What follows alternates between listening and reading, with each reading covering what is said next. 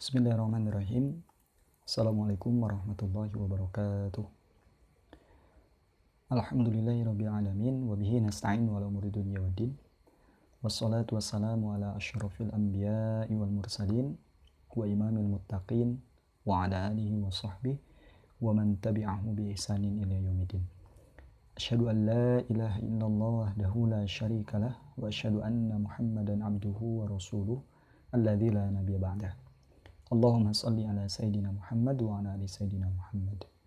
Qala Allah Ta'ala fi kitabihil karim wa huwa asdaqul qailin. A'udzu billahi minasyaitonir rajim. Bismillahirrahmanirrahim. Dhaharal fasadu fil barri wal bahri bima kasabat aydin nas liyudhiqahum ba'dalladzi 'amilu la'allahum yarji'un.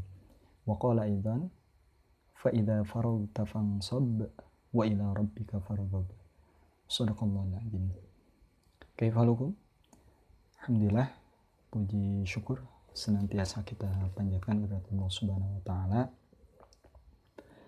yang telah memberikan berbagai karunia nikmat pada kita semua, baik berupa kehidupan dalam keadaan sehat walafiat dan tentunya kekuatan untuk melaksanakan berbagai kewajiban yang telah Allah tetapkan kepada kita, termasuk salah satunya itu adalah thalabul ilmi. Pun demikian nikmat iman dan Islam yang masih kuat tertancap di dalam diri kita, yang merupakan nikmat yang besar di hadapan Allah Subhanahu wa taala untuk kita semua.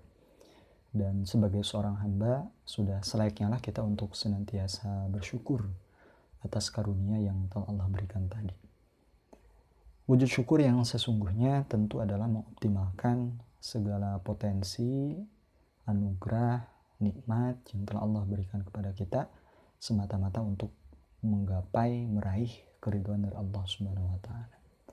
Salah satu upaya untuk meraih ataupun menggapai keridhaan Allah Subhanahu wa taala dengan mengoptimalkan potensi tersebut, yakni kesehatan. Ambil contoh dengan waktu yang luangnya kita manfaatkan untuk melakukan aktivitas thalabul ilmi, maka tentu ini adalah bagian dari upaya mendekatkan diri kita pada Allah Subhanahu wa taala dalam rangka menggapai dan juga mendapatkan keridhaan darinya. Ikhwan wa akhwat fillah rahimakumullah. Mudah-mudahan antum semua yang ada di rumah beserta keluarga besar, ayah, ibu, abi dan uminya, ataupun bunda dan ayahnya, kakak-kakak, adik-adik dan seluruh keluarga besar, antum semua dan juga khair ummah, mudah-mudahan senantiasa berada di dalam perlindungan Allah Subhanahu wa taala dan kehidupannya senantiasa diliputi oleh keberkahan. Amin ya Allah ya rabbal alamin. Wa wa'at fillah rahimakumullah. Insyaallah di kesempatan kali ini kita akan melanjutkan kembali pembahasan materi geografi yang mana di pekan yang lalu kita membahas tentang energi berikut dengan klasifikasinya, dan insyaallah di kesempatan kali ini kita akan masuk ke pembahasan tentang pemanfaatan energi bagi kehidupan manusia. Dan sebagaimana yang kita pahami, energi ini tidak bisa dilepaskan di dalam aktivitas kehidupan manusia, sehingga fungsi ataupun peran dari energi ini memiliki fungsi atau peran yang sangat vital. Nah, oleh karena itu layak dan sudah sepantasnya lah kita untuk membahas potensi ini, membahas energi ini sebagai bagian dari karunia yang telah Allah berikan kepada kita. Memahami kadar-kadar yang telah Allah tetapkan yang ada di sekitar, yang itu bisa memberikan manfaat, termasuk juga bisa memberikan kekuatan energi bagi aktivitas kita dalam menunjang kehidupan, maka ini adalah sesuatu yang sangat urgen, sesuatu yang sangat penting. Nah, paling tidak ada 3 bahasan di kesempatan kali ini kaitannya dengan pemanfaatan energi bagi kehidupan manusia dari sisi cakupan dari subjek yang memanfaatkan energi tersebut, ya. Siapa subjek-subjek yang dimaksud di sini adalah individu itu sendiri, yakni masing-masing orang, fardan, person, ataupun yang kedua secara komunal, dalam hal ini adalah masyarakat umum, umat, ataupun yang ketiga dalam hal ini adalah yang menjadi subjek itu adalah negara. Sehingga individu, masyarakat maupun negara ini menjadi subjek ataupun pihak yang itu memanfaatkan energi.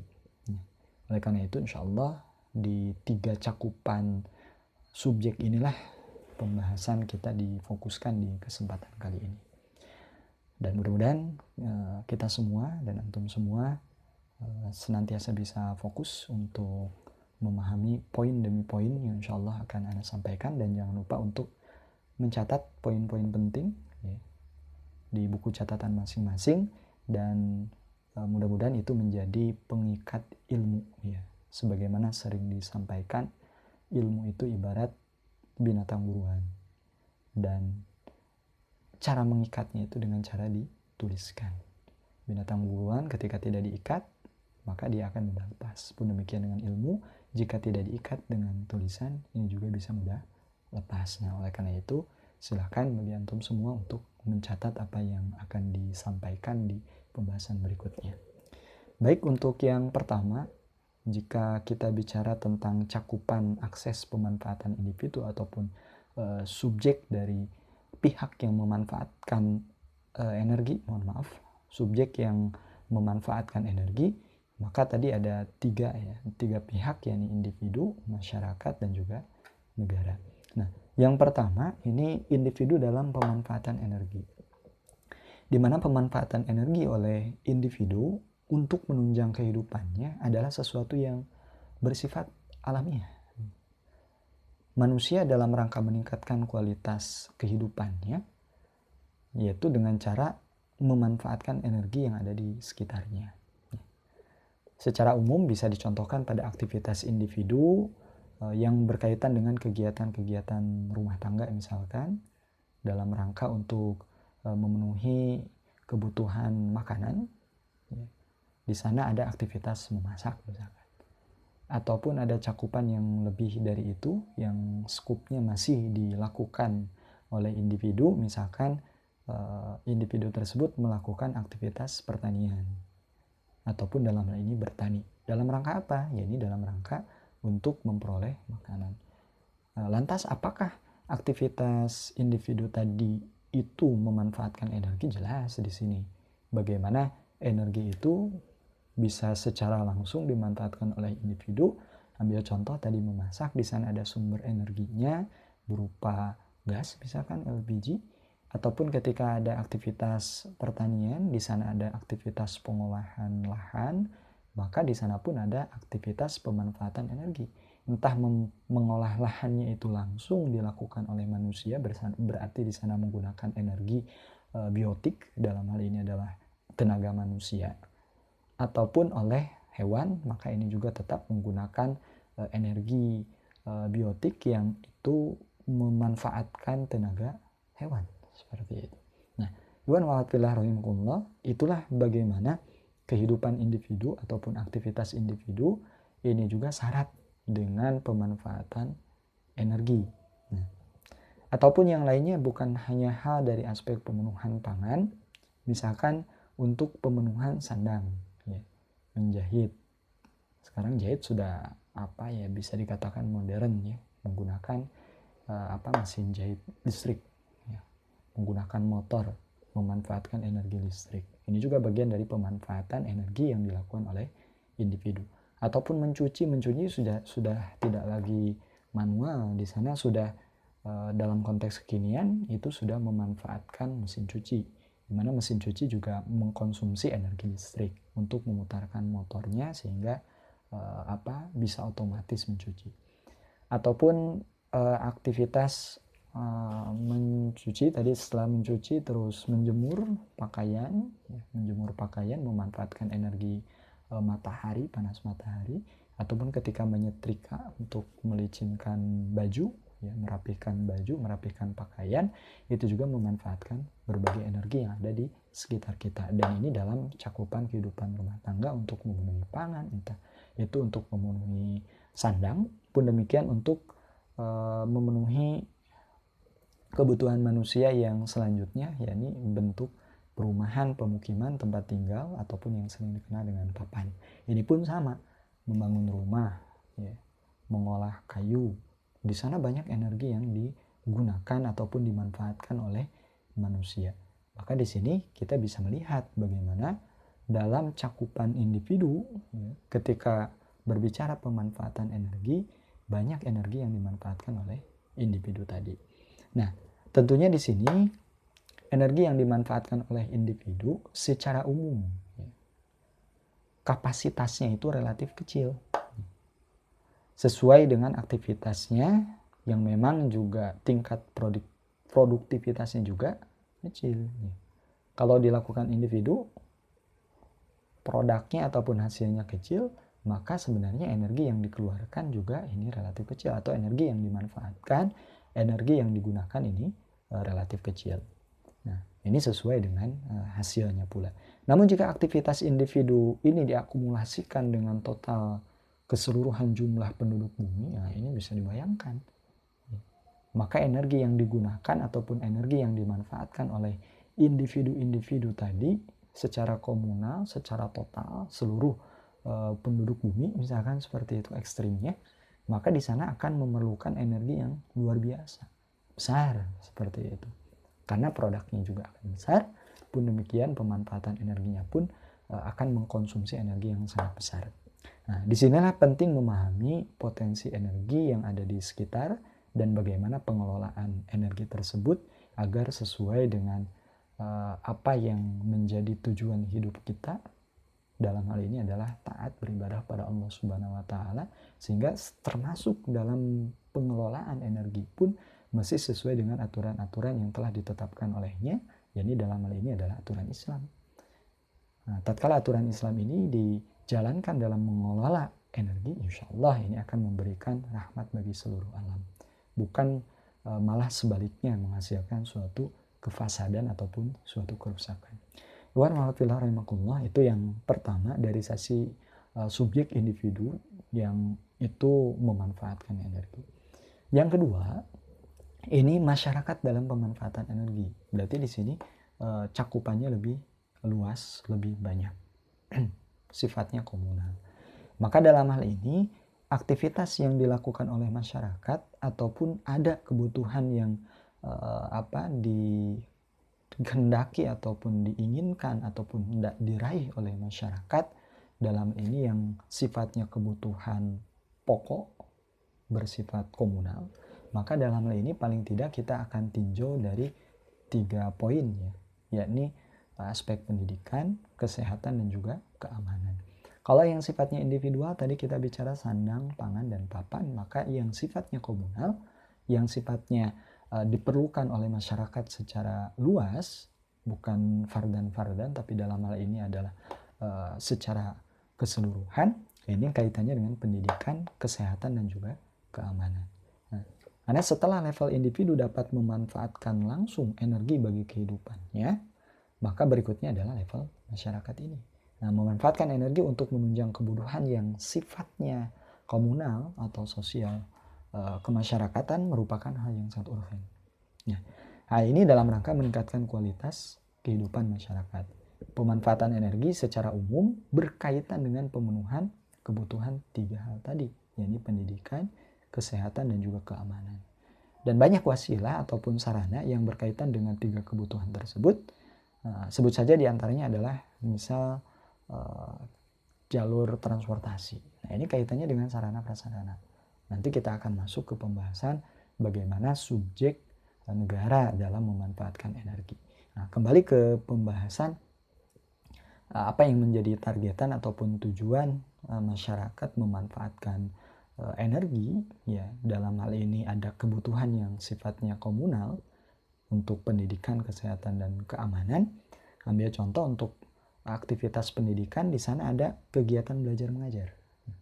Nah, lantas apakah kegiatan belajar mengajar itu tidak menggunakan energi, tidak mengkonsumsi energi, ya jelas di sini aktivitas kegiatan belajar mengajar pun menggunakan ataupun mengkonsumsi energi. Ambil contoh aktivitas saat ini. Ini banyak energi yang dimanfaatkan oleh kita. Bukan hanya energi manusia ya secara umum seperti itu, tapi di sini juga ada energi listrik yang kita manfaatkan untuk aktivitas. Ya, misalkan Anda merekam video lalu kemudian antum semua menontonnya. Nah, ini juga ada aktivitas-aktivitas yang itu mengkonsumsi energi. Salah satunya itu adalah energi listrik. Ataupun dalam aktivitas pendidikan yang lain, misalnya riset-riset ilmiah. Maka itu juga membutuhkan yang namanya energi. Dan ini sifatnya komunal, bisa jadi butuh energi yang melimpah, butuh energi yang sangat banyak. Nah, selanjutnya kesehatan. Misalkan di bidang kesehatan, ambil contoh penanganan pasien. Ya. Penanganan pasien, baik itu mulai dari perawatan, ya, mulai dari pendaftaran, mulai dari kemudian adanya treatment secara langsung, lalu kemudian perlakuan atau treatment secara langsung, lalu kemudian ada perawatan sampai sembuh. Di sana juga ada energi yang dikeluarkan. Bukan hanya sekedar manusia itu sendiri, tapi kompleks. Maka ini menjadi sesuatu yang sangat besar konsumsi energinya. Pun demikian di aspek keamanan. Aspek keamanan ini juga membutuhkan ataupun akan mengkonsumsi energi. Ambil contoh misalkan industri persenjataan. Nih, ambil contoh itu industri persenjataan. Maka di sana ada energi besar yang itu mesti digunakan, yang itu akan dikonsumsi. Nah, itu gambaran tentang bagaimana masyarakat dalam memanfaatkan energi. Dan berikutnya yang terakhir, ini adalah negara dalam pemanfaatan energi. Bagaimana negara sebagai subjek dari pemanfaatan energi berikut. Banyak hal yang dilakukan negara dalam rangka mengurusi urusan rakyatnya, dalam rangka peningkatan pelayanan yang diberikan oleh negara sebagai sebagai ro'in, ya. Dalam hal ini adalah sebagai pihak yang memberikan riayah, sebagai pihak yang memberikan pelayanan yang mesti diberikan untuk rakyatnya. Maka dimanfaatkanlah potensi energi yang dimiliki oleh negara. Ambil contoh khususnya Indonesia memiliki potensi pemanfaatan energi yang bisa dikatakan variatif, dengan cadangan yang sangat melimpah. Nah, ini mestinya mengubah kondisi negara ini menjadi berdaulat penuh ya, terhadap berbagai hal yang berkaitan langsung ataupun tidak langsung pemanfaatan energi ini. Karena kita punya potensi itu, kita punya cadangan yang melimpah, maka dalam hal ini energi menjadi sesuatu yang sangat vital. Dan kita bisa berdaulat dengan itu sebenarnya. Nah, potensi besar sudah dimiliki oleh kita. Nah, siapa yang selanjutnya akan melancarkan aktivitas ataupun dalam hal ini pengelolaan, ya di tangan kita. Pengelolaan berbagai energi yang dimiliki oleh bangsa ini mesti dimanfaatkan dengan baik sehingga memberikan dampak ataupun pengaruh positif bagi eksistensi negara. Ya paling tidak ada 2 poin negara memanfaatkan energi ini, ya tentu untuk memenuhi kebutuhan hidup rakyatnya, ya. Dan selanjutnya adalah dalam rangka menunjang dan mempermudah kebutuhan hidup itu terrealisasi, ya ini adalah muncul yang namanya sarana prasarana seperti itu. Ya, kaitannya dengan sandang, pangan, dan papan, ini juga mesti dijamin oleh negara. Kaitannya dengan pendidikan, kesehatan, dan juga keamanan, ini juga dijamin oleh negara. Ini butuh energi dalam rangka memenuhi kebutuhan hidup ini. Dan butuh yang namanya sarana prasarana, yang mana sarana prasarana ini pun membutuhkan energi untuk menunjang aktivitas pengadaan sarana dan prasarana tersebut. Ambil contoh misalkan pembangunan infrastruktur, bangunan dan lain sebagainya, ini butuh energi yang sangat besar. Nah, oleh karena itu, ikhwan wa fillah rahimakumullah, inilah 3 cakupan pembahasan subjek dari pemanfaat energi itu sendiri. Nah, kalau dilihat dari itu semua, tentu kita akan berbicara ke depan bagaimana pengaturan, pengelolaan agar energi ini bisa dimanfaatkan secara langsung baik oleh individu, bisa dimanfaatkan dengan pengaturan oleh masyarakat ataupun secara umum bisa betul-betul dikuasai penuh oleh negara, sehingga dalam hal ini terjadi sesuatu ataupun pemanfaatan energi ini bisa memberikan kebaikan bagi kehidupan kaum muslimin. Ya. bagi umat, bagi rakyat. Itu saja mungkin yang bisa disampaikan pada kesempatan kali ini. Jazakumullah khairan atas perhatiannya. Wa minkum. Assalamualaikum warahmatullahi wabarakatuh.